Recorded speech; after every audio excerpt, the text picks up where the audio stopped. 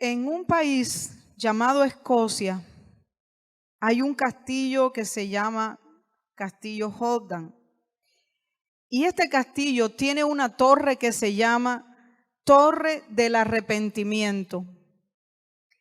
Y en cierta ocasión había un jovencito que era pastor de ovejas que estaba por allí y se acostó sobre el césped y se puso a leer su Biblia. Y había un alto personaje, un duque, que estaba caminando allí haciendo su caminata de la mañana y mira al pastor, aquel muchacho tendido allí, se acercó a él y le dice, ¿qué estás haciendo? Y le dice, no, aquí estoy leyendo mi Biblia. Entonces aquel hombre de alto rango le dice, ¿de verdad que estás leyendo la Biblia? Entonces tú debes saber más que el sacerdote del pueblo. A ver, dime, ¿cómo podría yo ir al cielo? Y entonces el jovencito sabía que le estaban preguntando algo de manera muy sarcástica y le dice, mire aquella torre, ¿usted sabe cómo se llama? Camine por ella. ¿Y cuál torre era? La torre del arrepentimiento, así se le conocía en aquel lugar, se le conoce. Y aquel duque comprendió que el jovencito estaba teniendo mucha sabiduría, por lo cual estaba indicando que si quería ir al cielo, de verdad tenía que caminar y pasar por aquella torre del arrepentimiento. Y así también es para ti y para mí. Yo quiero invitarte que vayamos juntos al Evangelio según San Juan, que es el cuarto evangelio, y busquemos el capítulo 2. Y si tú no traíste tu Biblia o no tienes allí tu Biblia en el celular para que lo enciendas, Cristian nos va a ayudar allí, nos va a poner este pasaje que hoy vamos a reflexionar juntos y que nos dice y nos enseña de manera poderosa cómo tú y yo podemos ir al cielo y la necesidad que tenemos de ser purificados.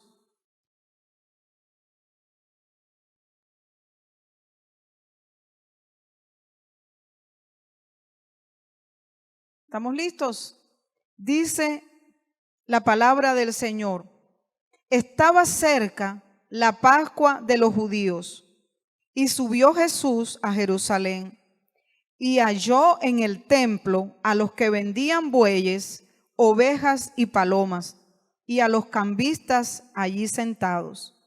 Y haciendo un azote de cuerdas, echó fuera del templo a todos y las ovejas y los bueyes, y esparció las monedas de los cambistas y volcó las mesas. Y dijo a los que vendían palomas, quitad de aquí esto, y no hagáis de la casa de mi padre casa de mercado. Entonces se acordaron sus discípulos que está escrito, el celo de tu casa me consume. Los judíos respondieron y le dijeron, ¿qué señal nos muestras ya que haces esto? Respondió Jesús y les dijo, destruid este templo y en 3 días lo levantaré. Dijeron luego los judíos, en 46 años fue edificado este templo y tú en 3 días lo levantarás. Mas él hablaba del templo de su cuerpo. Por tanto, cuando resucitó de entre los muertos, sus discípulos se acordaron que había dicho esto y creyeron la escritura y la palabra que Jesús había dicho. Dios bendiga su palabra. Este pasaje bíblico es sumamente conocido y hoy en muchas iglesias cristianas se está reflexionando sobre él, porque estamos en el tiempo conocido como el tiempo de Cuaresma, que es un tiempo de purificación, es un tiempo de preparación antes de que entremos a nuestra semana conocida como la Semana Mayor, la Semana Santa, donde también vamos a recordar la entrega de Jesús por nosotros y su resurrección. Entonces, en este tiempo de Cuaresma es un tiempo de reflexión profunda donde Dios nos llama a arrepentirnos, a purificarnos de una vez y para siempre. Dile ahí al que está a tu lado, eso es contigo también. Dios siempre nos habla, ¿verdad? A nosotros, a los pastores, a los líderes, a los maestros, nos habla con su palabra. Pero la palabra es para todos. Tampoco podemos ser aquel que regala para todos, ¿verdad? No, esa palabra es para fulanita. Esa palabra es para fulanito porque mira, yo sé que está pasando un momento difícil. No, la palabra de Dios es para todos. Y este pasaje es muy famoso porque realmente lo que se narra aquí es un escándalo. Es algo escandaloso. Los judíos iban de todas partes del mundo hacia Jerusalén a celebrar la Pascua. ¿Y qué hemos dicho que significa Pascua? Pasar por alto, porque ellos estaban recordando cuando todavía eran esclavos en el pueblo de Egipto, en la nación de Egipto, y qué pasó cuando iban a salir, cuando Dios se acordó y Dios se reveló a Moisés y lo levantó y le dijo, tú vas a guiar a este pueblo, tú los vas a sacar, tú vas a celebrar con el Cordero en el desierto. Y le dio las instrucciones, ahí está, al final del libro de Génesis y todo el libro de Éxodo. Usted lo puede leer. Y entonces le dice, vas a poner la sangre del Cordero en las puertas de las casas de los hebreos. Y yo voy a pasar por alto y no voy a matar a los primogénitos esa noche que voy a andar visitando casa por casa. Por eso Pascua es pasar por alto, porque Dios no hirió a los primogénitos del pueblo hebreo. Y después, al día siguiente, ellos salieron al desierto, guiados por Dios, guiados por el amor y la gracia del Señor. De aquella liberación, ellos después cada año celebraban recordando lo bueno del Señor, lo que el Señor había hecho por ellos, que estando esclavos, que nadie daba un peso por ellos, pudiéramos decir popularmente, el Dios de los cielos y la tierra se acordó, los llamó, los escogió, los libertó. Y eso estaban celebrando. Y dice Juan, la Pascua de los judíos, porque Juan, aunque era judío, ya también tenía otra nueva identidad que era ser un seguidor de Cristo. Y viene Juan, está escribiendo el evangelista, y algunos especialistas de la Biblia narran en los otros evangelios que se llaman sinópticos, porque los otros 3 evangelios son más similares que al de Juan, por eso se les llama sinópticos. En los otros 3 evangelios se narra la purificación del templo, este relato, hasta el final del ministerio de Jesús. Pero el evangelista Juan decidió compartirnos que Jesús fue varias veces a Jerusalén y decidió compartirnos este relato de la purificación del templo, seguido del de las bodas de Canaán, es decir, al inicio, después de las bodas de Caná de Galilea, al inicio del ministerio de Jesús. No importa si este evento ocurrió después que Jesús viajó 2 veces a Jerusalén, si viajó 3, si viajó 1. Lo importante aquí es la enseñanza que Jesús nos da y el hecho escandaloso, porque, como yo decía, iban todos los judíos, como que usted tenga que regresar a su país para celebrar algo importante. La fecha, por ejemplo, en Centroamérica es 14 y 15 de septiembre, ¿verdad que sí? ¿Qué celebramos? A ver, ¿alguien que se acuerde?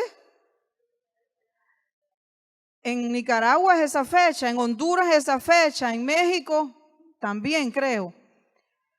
Entonces, ¿qué tal que nosotros tuviéramos que regresar a nuestros países a celebrar la independencia? Los judíos estaban haciendo eso. Y entonces, cuando llegaban allí, tenían que hacer ciertos gastos. Había un mover muy importante porque se consideraba el templo, que ahora sí, Cristian, ayúdame allí poniéndonos ese templo en la pantalla, a ver si podemos tener una idea. Ese templo primero lo había construido Salomón, ¿verdad? Que eso sí lo conocemos y lo recordamos de la Escritura. Después de Salomón, las tribus de Dios se dividieron, el pueblo de Dios, se quedaron las tribus del norte, las tribus del sur. ¿Y qué pasó? El pueblo fue llevado cautivo en las tribus del sur. Pasaron 70 años de exilio, lejos de su patria. Destruyeron el templo, destruyeron el muro. Cuando ese pueblo, guiado por Dios, los profetas, regresan a Jerusalén, comienzan y reconstruyen el muro. Ahí está eso en los libros de Nehemías, de Esdras. Y comenzaron también a reconstruir el templo, pero de una manera muy sencilla. Y pasaron muchos años después, más de 400 años, y viene el famoso Herodes el Grande. Y este hombre viene y quiere tener gracia delante del pueblo judío, porque conocía de la historia del pueblo judío, y hizo una construcción que no se logra apreciar bien allí, tal vez en esa foto, pero hizo una reconstrucción del templo majestuosa. Él hizo grandes palacios también para él y reconstruyó el templo. Entonces, como que ese lugar era reconocido, era muy sagrado, y había un sistema que Dios tenía establecido en su palabra, también todo el libro de Éxodo, todo el libro de Números, Deuteronomio, de cómo iba a ser la adoración en ese templo, de cómo iban a ser los sacrificios, porque Cristo no había venido. No había venido. Entonces, ¿cómo era antes de Cristo? Cuando el pueblo de Dios se sentía pecador y se sabía pecador, tenían que ofrecer a Dios monedas que debían de ser hebreas. El pueblo de Dios debía de llevar ciertos animales, bueyes, ovejas, debían de llevar las palomas, dependiendo de la ofrenda que se iba a dar, del sacrificio que se iba a hacer, porque eso era algo necesario, que ellos, era una necesidad muy grande tener que ir al templo a ofrecer un sacrificio. ¿Por qué? Para ser perdonados. Y al año siguiente había que volver a ir. Así que ellos estaban ahorrando para poder llevar un animalito, para poder llevar una ofrenda en ese tiempo al templo que estaba en Jerusalén. Y ese es el contexto en el cual Jesús llega, y cuando encuentra a tantas personas que seguramente habían viajado y mira lo que está pasando, Jesús se enoja en gran manera. Porque Jesús en algunas ocasiones le dijo a algunos hipócritas, casualmente a los líderes religiosos. Pero cuando mira esta situación en el templo de Dios, aquí Jesús dice que hizo un azote de cuerdas. ¿Usted se acuerda de esos chilillos que vendían en nuestros mercados? ¿Quién se acuerda? ¿Quién le pegaron con un chilillo de eso? Poderoso, ¿o no? Bueno, a mí no me pegaron con eso porque en Cuba no había de eso. A mí me pegaron con otra cosa. Pero a mí me pegaban con los cujes, que le dicen que es un palito, ¿verdad, hermana Magali? Un palito, el cuje. ¿Usted se acuerda de eso? Usted no, nunca le han pegado, ¿verdad? Pero algunos aquí yo sé que le pegaron con un chilillo de esos duros, de cuerdas. Entonces Jesús no agarró cualquier chilillo. Se hizo un chilillo fuerte, grande, y comenzó a virar todo aquello abajo. ¿Cómo tendrían amarrados esos corrales para tener allí los bueyes? ¿Cómo tendrían las palomas? Bueno, a los de las palomas fue a los únicos que Jesús les dice, saquen esto de aquí. A eso sí les dijo, pero si usted leyó conmigo, ¿qué dice? Las ovejas y las vacas los arrió a todito, y a las mesas de los cambistas les dio vuelta. ¿Usted cree que eso habrá sido algo sencillo, o que eso fue realmente un escándalo, que había viajado tanta gente, que estaban los sacerdotes allí imponentemente vestidos, y viene Jesús y se le ocurre? ¿Sería que Jesús estaba medio loco? La gente lo miraban como raro, como loco, pero ahora después de esto ya decían que era algo fuera de lo común. Y posiblemente este hecho que hace Jesús es lo que determina que después ya se decida de una vez matarlo. Pero ¿sabe en dónde estaba el escándalo? ¿Dónde estaba lo que a Jesús le molestó? Si Dios había instituido los sacrificios de animales, de ovejas, de vacas, de las palomas, de las monedas, ¿Sabe qué fue lo que a Jesús le molestó? Que estuvieran usando su casa, que estuvieran usando la fe del pueblo, que muchos de ellos llevaban el corderito, lo más sano, lo más puro, un buey grande, tal vez era para toda la familia.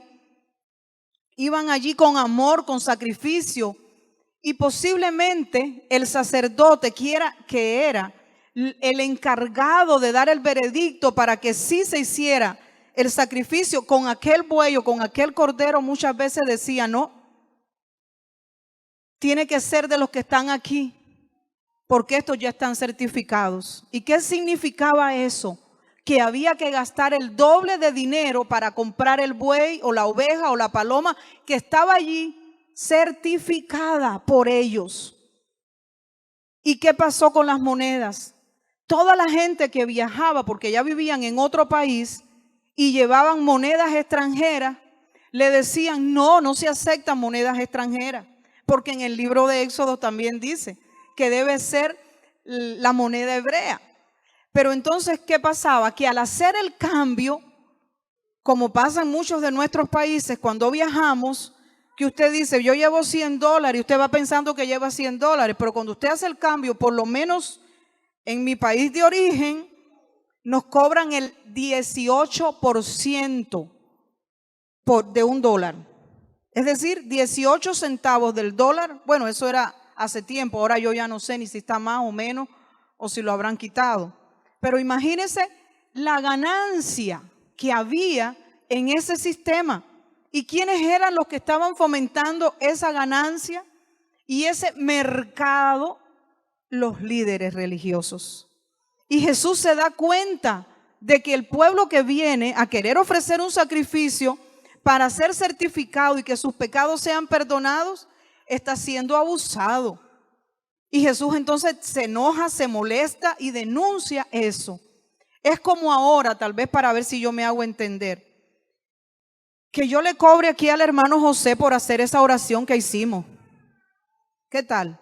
Que yo le diga: no, hermano, Dios no la va a sanar a la hermana Graciela si usted no deposita aquí algo sustancioso, un verde de los poderosos. ¿Qué tal? ¿Qué estaría haciendo yo? Lo que Dios nos ha dado de gratis, de gracia, porque por eso estamos conmemorando la comunión hoy también, lo debemos de hacer siempre. Pero es algo que recordamos la gracia del Señor por el sacrificio de Cristo. Tú y yo hoy podemos presentarnos delante de Dios. Por eso oramos en el nombre de Jesús. Siempre lo digo, y yo creo que lo voy a seguir diciendo hasta que Él venga. Porque no puedo presentarme delante de Dios por el sacrificio de mi hermano aquí, no. Porque nosotros podemos hacer sacrificios, pero ninguno se va a comparar con el sacrificio de Cristo. Entonces, ¿qué podemos hacer nosotros hoy? ¿Qué diría el Señor si viene aquí hoy? ¿Qué me diría a mí como pastora?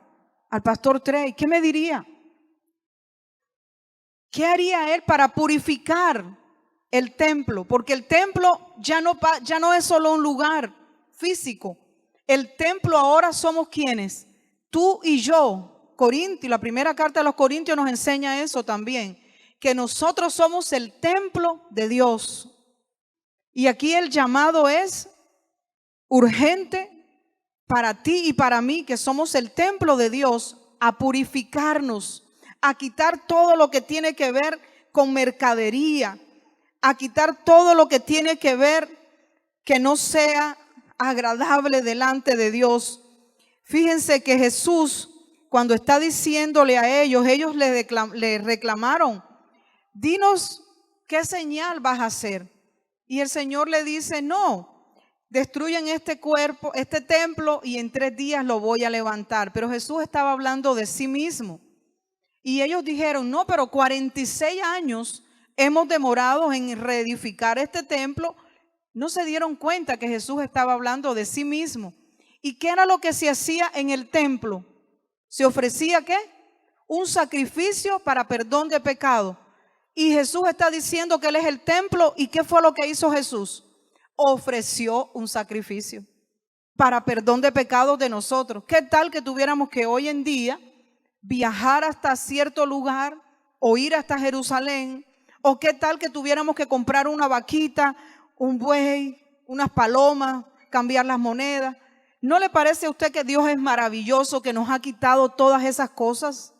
Que si usted va en el carro, si usted viene y se arrodilla, Dios te escucha. Si usted está en su casa, en su cocina, Dios te escucha si tú le hablas. ¿No te parece que Dios es muy grande? Que muy grande es su amor y muy grande es su gracia. ¿Cuántos hemos experimentado que Dios nos escucha?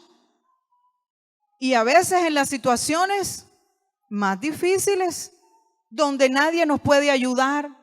Y es precisamente que a veces Dios nos deja donde nadie nos puede ayudar para que nos aferremos a Él. Porque eso también es parte de su amor, es parte de su gracia, es parte de su misericordia. Yo te pregunto hoy, ¿cómo podemos ser purificados tú y yo?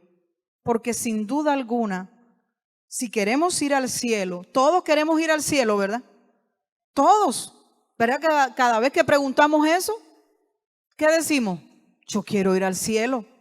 Yo quiero, claro, todos queremos ir al cielo.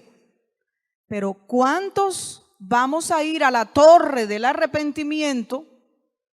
Y arrepentimiento es arrepentimiento, no es que es una emoción que lloro un ratito y después hasta se me olvidó y cuando tengo la posibilidad de hacer lo mismo lo hago o peor.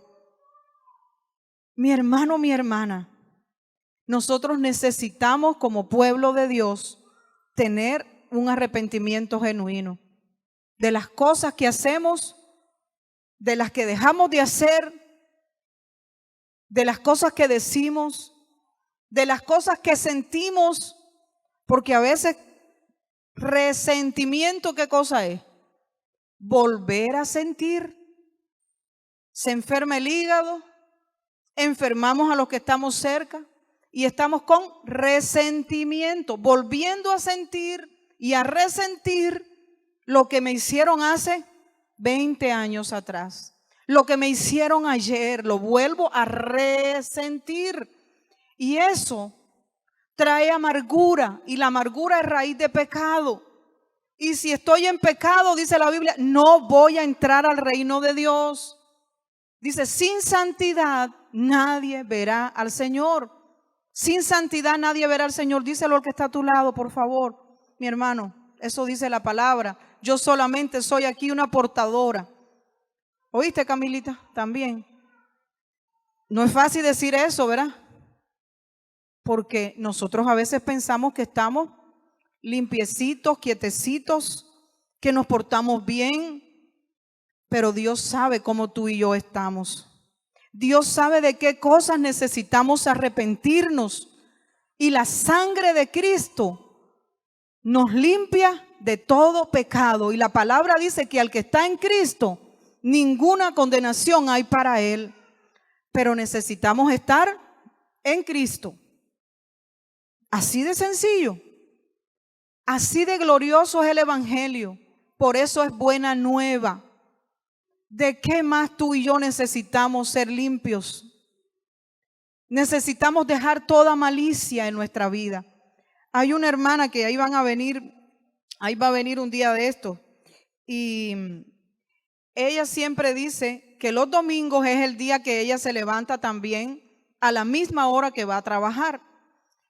Y ella se levanta súper temprano. ¿Por qué? Porque dice, ¿cómo es posible que yo todos los días me levanto a las 6 de la mañana, yo creo que un poquito antes, para ir al trabajo, y el domingo yo me voy a levantar más tarde y voy a llegar hasta posiblemente, si me puedo llegar hasta tarde a la iglesia? O el domingo entonces yo no voy. No, dice, el domingo es el día del Señor, y yo estoy muy de acuerdo con ella. ¿Qué necesitamos purificar nosotros? Porque a veces le damos al Señor el animalito que tiene la piernita quebrada, que también eso, Dios decía que no debía ser así. Hasta el billetito que le vamos a dar en el diezmo o la ofrenda. A veces no importa, no, yo hasta eso quiero escoger el mejor, el más limpio, el más nuevo que esté. Porque Dios merece lo mejor. ¿De qué más necesita purificar el Señor en nuestra vida? Nuestros pensamientos. El Señor quiere purificar nuestro tiempo. Usted sabe qué quiere hacer el Señor en tu vida. Yo sé que Dios quiere hacer en mi vida. Yo sé que el Señor me levanta para que yo ore más. Yo sé que el Señor quiere que yo siempre esté con gozo. Yo sé que el Señor quiere que yo perdone. ¿Qué te dice el Señor que Él quiere hacer en tu vida para que tú seas purificado? Los discípulos recordaron cuando vieron a Jesús haciendo eso, que el celo por Dios, por su casa, estaba consumiendo a Jesús. Y eso está en el Salmo 69, que dice que el celo de tu casa me consume. Y yo no sé si tú sientes celo por las cosas de Dios. No somos llamados a juzgar, pero Dios demanda que le demos lo mejor. Él mira las intenciones de nuestro corazón. Él mira cómo a veces pudiendo hacer algo, ponemos miles de excusas. Pero cada día tenemos que vivirlo como aquel día donde vamos a estar delante de Él. Porque no sabemos qué día va a ser ese. Tenemos que estar listos, tenemos que estar preparados, vivimos tiempos difíciles. Pero, ¿qué es mejor? Hacer hoy un esfuerzo, un sacrificio, dejar algunas cosas que tengamos que dejar por tal de agradar a Dios. Porque mira qué está diciendo Jesús. Ellos dijeron en 46 días y Él hablaba del templo de su cuerpo. Después los discípulos en el versículo 22 dice, por tanto, cuando resucitó entre los muertos, sus discípulos se acordaron de lo que había dicho y creyeron la escritura y la palabra que Jesús había dicho. Dios ya no quiere sacrificios de bueyes. Dios ya no quiere que se hagan aquellos sacrificios donde se echaba la suerte sobre el macho cabrío y se llevaba al desierto los pecados del pueblo. Dios ya hoy no nos pide un lugar específico para hacer sacrificios. Dios, estamos en este lugar que es un yin. Y este lugar, aquí nos reunimos, aquí comemos, aquí jugamos, aquí escuchamos la palabra, aquí alabamos. Porque el lugar más importante donde debemos de dar adoración al Señor es en nuestra vida. Él le dijo a la mujer samaritana, no es aquí, no es allá, es en espíritu y en verdad. Entonces este lugar se vuelve relativo. Lo sagrado es aquello que tú ofreces a Dios cuando te miran y cuando no te miran. Ese es el culto que Dios quiere. Esa es la purificación que tiene que ver con el día a día que Dios quiere hacer. Yo no quiero que el Señor se enoje cuando me mire. Pero esto es algo bien importante, esto es algo muy delicado. Fue un escándalo en aquel tiempo y muchas sorpresas vamos a tener para este tiempo también cuando Cristo venga. Porque Él viene a buscar a los suyos, Él viene a buscar a los que estén vestidos de lino fino. Él viene a buscar a aquellos que no andan con apariencia de piedad. Olvidémonos de esa apariencia, de qué dijo mi hermana, de cómo se vistió mi hermana, mi hermano. Esas cosas superficiales es tiempo de quitarlo. Que si se maquilló, que si se puso un arete, eso es algo superficial. Mire su vida. Mire a quién usted debe de pedirle perdón. Porque, ¿aló? ¿Alguien está aquí? Yo creo que hay personas en nuestra vida que posiblemente le hemos hecho daño. Aunque esté en Honduras, usted puede llamarle, usted puede mandarle una cajita de envío. A Nicaragua es más costoso, hay que buscar otras vidas, hermano. Pero si de verdad somos cristianos y todos dijimos que queremos ir al cielo, hermano, es tiempo de purificarnos, pero purificarnos de verdad. ¿A quién engañamos por vestirnos bonitos? ¿A quién engañamos, hermano? Con decirle a alguien, Dios te bendiga. Con decirle al mismo Señor, mira, yo fui el domingo a la iglesia. Y después, ¿qué hacemos? Si le hace la vida imposible ahí al que trabaja con usted, hermano, al que es difícil de tratar. Es difícil. ¿Qué hacemos de lunes a sábados? Purificarnos. Ese es el llamado de Dios. Somos templo del Espíritu Santo. Dios nos bendiga. Hoy no mandé mensaje aquí, pero que Dios nos bendiga en gran manera. Yo sé que hay muchos ejemplos de cómo tú y yo necesitamos purificarnos y que hay muchas excusas que ponemos a Dios, pero Él nos sigue llamando. Si tú dices mentira, procura ya no decir más mentiras. Si tú tomas lo que no es tuyo, procura ya no hacerlo más, porque tal vez nadie te mira, pero Dios sí. Si tú tienes dolor en tu corazón, pídele al Señor que te sane, porque Él puede hacerlo, porque el dolor, el resentimiento, las aflicciones son puertas que abrimos a nuestro enemigo para tenernos cautivos. Y este tiempo de purificación tiene que ver con perdonar, con pasar por alto, con limpiar toda inmundicia que hay en nuestra vida. ¿Qué es lo que miran nuestros ojos? ¿A qué dedicamos tiempo? ¿Qué hacemos con nuestro tiempo? ¿Qué hacemos con el dinero que Dios nos da?